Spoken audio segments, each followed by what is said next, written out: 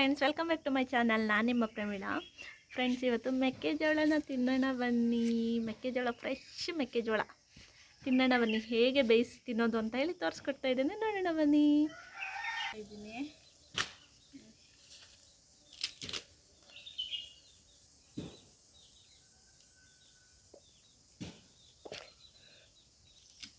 ಆಂಟಿಗೂ ಬೇಕಂತೆ. ಹಾಂ, ಒಂದು ಸ್ವಲ್ಪ ಇಡು. 40 ಆಗೋಕೆ ಬಂತಲ್ಲಮ್ಮ.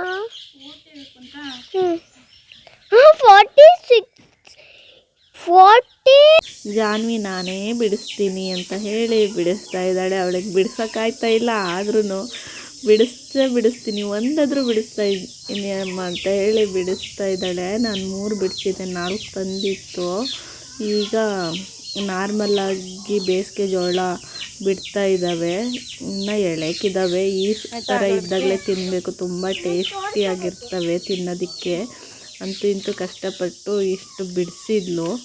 ಫುಲ್ ಬಿಡಿಸ್ತಾಳೆ, ಆದರೆ ಟೈಮ್ ಹಿಡಿಯುತ್ತೆ. ಅವಳು ಇಲ್ಲೇ ಬೆಳೆದಿರೋದ್ರಿಂದ, ಹಳ್ಳಿಲೇ ಬೆಳೆದಿರೋದ್ರಿಂದ ಎಲ್ಲನೂ ಬರುತ್ತೆ ಅವಳಿಗೆ.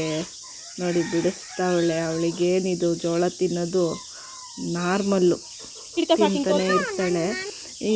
ನೋಡಿ, ಬಿಡಿಸಿ ಇಟ್ಕೊಂಡವಳೆ. ಇದು ಹಿಂಗೆ ಬೇಕಮ್ಮ, ಹಿಂಗೆ ಕುಕ್ಕರಲ್ಲಾದ್ರೂ ಬೇಯಿಸ್ಬೋದು, ಇಲ್ಲ ನಾರ್ಮಲ್ ಪಾತ್ರೆಲ್ಲಾದರೂ ಬೇಯಿಸ್ಬೋದು. ನೋಡಿ, ಒಂದು ಕುಕ್ಕರಿಗೆ ಜೋಳ ಹಾಕಿ, ನೀರು ಹಾಕಿ, ಉಪ್ಪು ಹಾಕಿ, ಬಾಯಿ ಮುಚ್ಚಿ ನೋಡಿ.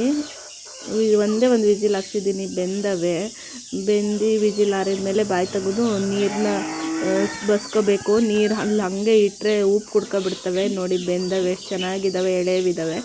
ಈ ಥರ ಇಷ್ಟು ಹದದಾಗಿರ್ದವನ್ನೇ ತಿನ್ನಬೇಕು. ಜಾಸ್ತಿ ಎಳೆವು ಅಷ್ಟು ಚೆನ್ನಾಗಿರಲ್ಲ, ಜಾಸ್ತಿ ಬಲ್ತ್ರು ಅಷ್ಟು ಚೆನ್ನಾಗಿರಲ್ಲ. ಈ ಥರ ಇದ್ದರೆ ತುಂಬ ಅಂದರೆ ತುಂಬ ಟೇಸ್ಟಿಯಾಗಿರುತ್ತೆ. ಇದಕ್ಕೆ ಒಗ್ಗರಣೆ ಹಾಕಿ ತಿನ್ಬೋದು, ತುಂಬ ಚೆನ್ನಾಗಿರುತ್ತೆ. ಇದು ನಾರ್ಮಲ್ ಜೋಳ. ಸ್ವೀಟ್ ಕಾರ್ನು ಇದೇ ಥರ ಬೇಯಿಸೋದು. ವಿಡಿಯೋದಲ್ಲಿ ಒಗ್ಗರಣೆದು ತೋರಿಸ್ಕೊಡ್ತೀನಿ ನೋಡಿ. ಫ್ರೆಶ್ ಇದ್ದಾಗ ಯಾವ ಥರ ಇರ್ತವೆ ಅಂತ ಹೇಳಿ. ಮಾರ್ಕೆಟೆಲ್ಲ ಸಿಗೋವು ಅವು 2 ದಿನ 3 ದಿನ ಆಗಿರುತ್ತೆ ಕಿತ್ತು. ಇದು ಫ್ರೆಶ್ ಜೋಳ, ಇವಾಗಲೇ ತಂದೈತೆ, ಇವಾಗಲೇ ಬೇಯಿಸ್ತಾ ಇದ್ದೀನಿ. ಆ್ಯಕ್ಚುಲಿ ನಮ್ಮ ಗದ್ದೆಯಲ್ಲಿ ಹಾಕಿಲ್ಲ, ಬೇರೆಯವ್ರ ಗದ್ದೆಯಿಂದ ನನ್ನ ಮಗಳಿಗೋಸ್ಕರ ತಂದೈತೆ. ನೋಡಿ, ತುಂಬ ಚೆನ್ನಾಗಿದೆ. ಫ್ರೆಶ್ ಆಗಿರೋ ಐಟಮ್ ತಿನ್ನೋಕೆ ಅದೃಷ್ಟ ಮಾಡಿರಬೇಕು ಗೊತ್ತಾ.